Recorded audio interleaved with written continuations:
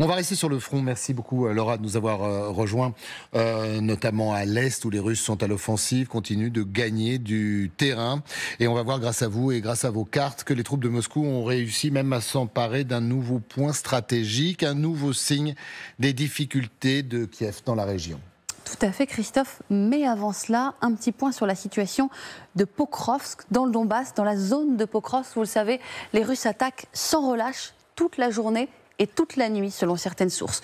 Toujours avec la même tactique, regardez, viser les localités voisines pour tenter d'encercler la ville. Toutes celles que j'ai marquées sur ma carte font aujourd'hui l'objet de combats.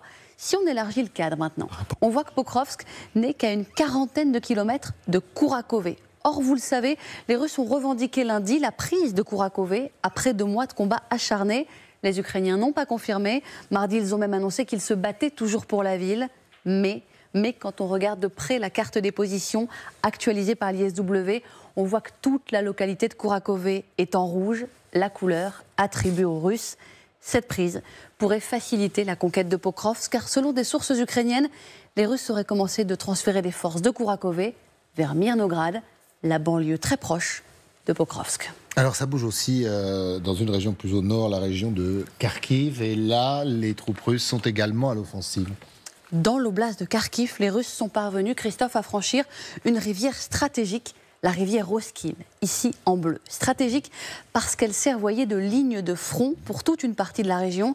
Les troupes ukrainiennes sont retranchées sur la rive ouest et les troupes russes tentent de la traverser depuis l'est. Ils seraient parvenus à le faire, les Russes, au niveau de cette ville de Dvorichna, ici, que vous voyez sur ma carte, et ils tentent désormais de consolider leur position auprès de cette localité. Un peu plus bas, ils ne seraient plus qu'à 2 km de Kupiansk, 25 000 habitants avant la guerre, bastion des Ukrainiens dans le secteur, et traversé par la rivière Oskil. Selon le chef de l'administration militaire de la ville, la situation dans la zone est extrêmement difficile pour les forces ukrainiennes.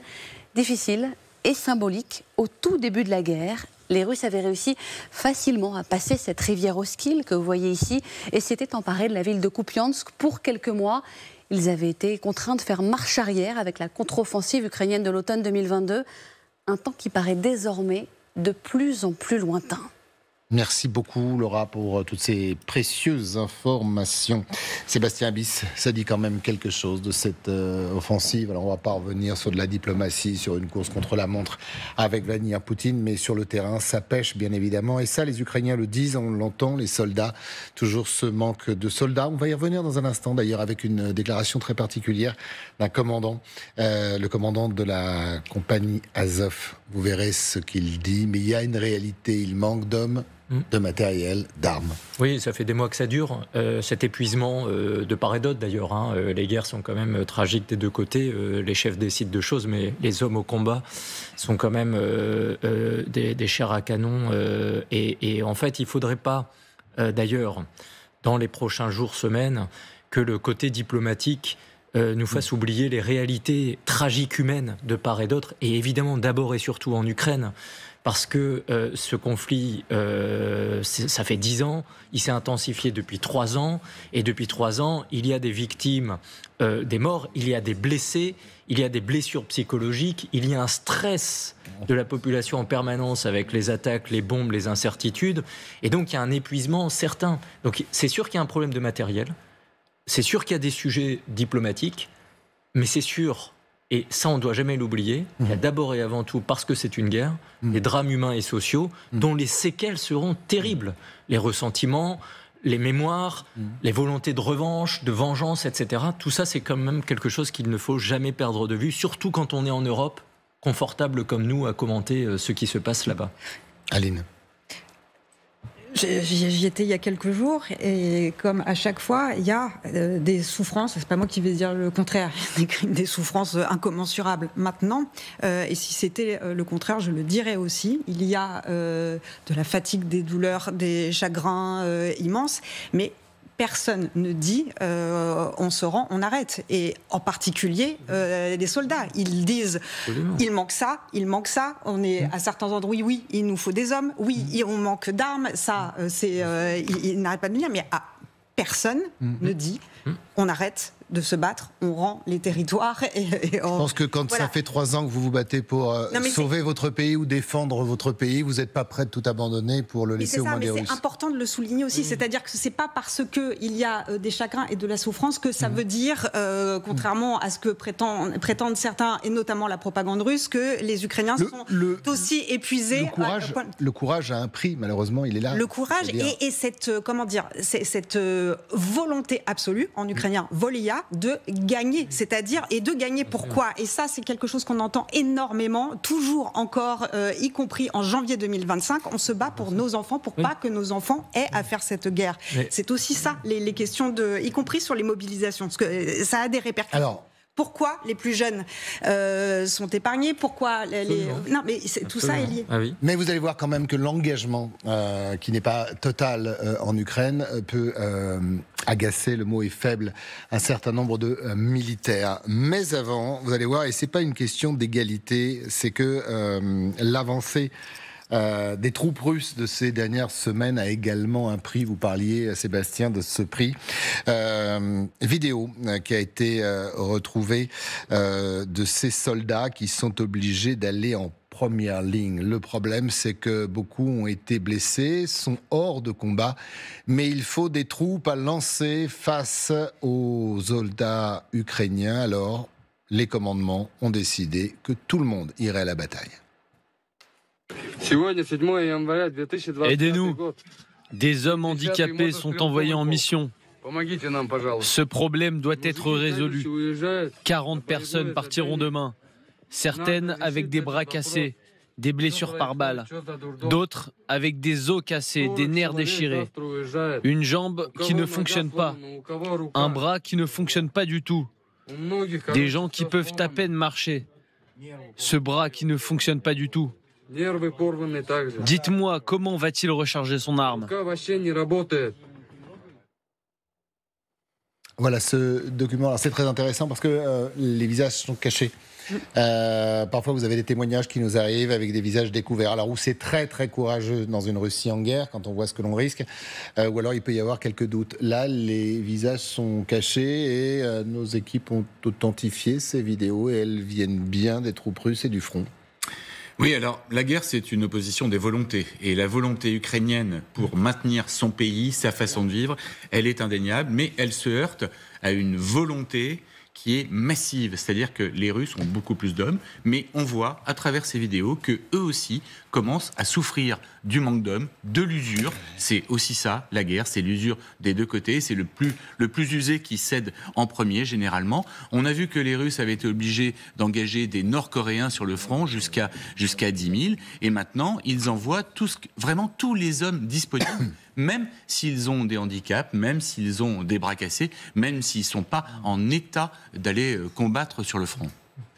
Il y a une autre séquence que l'on voudrait vous diffuser, que l'on a trouvée. On va parler d'enfants soldats. Bien souvent, les enfants soldats, c'est en Afrique que l'on les trouve. Alors, on connaît l'embrigadement aujourd'hui sur fond de patriotisme, l'école, les camps de vacances.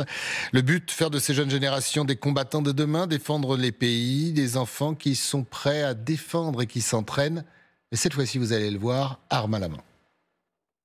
Сокол. Я. Учись, как надо убивать хохлов. Сейчас будешь следующим тренироваться, понял? Так точно. Есть, командуй. Бою. Есть, бою. Бой. Живее, живее, шевелим локтями. Мерк боя готов. Бам.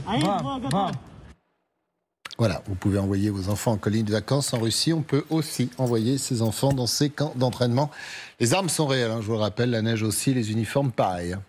Ça dit quoi de ce pays, général ? On voit ça depuis 3 ans, sinon plus.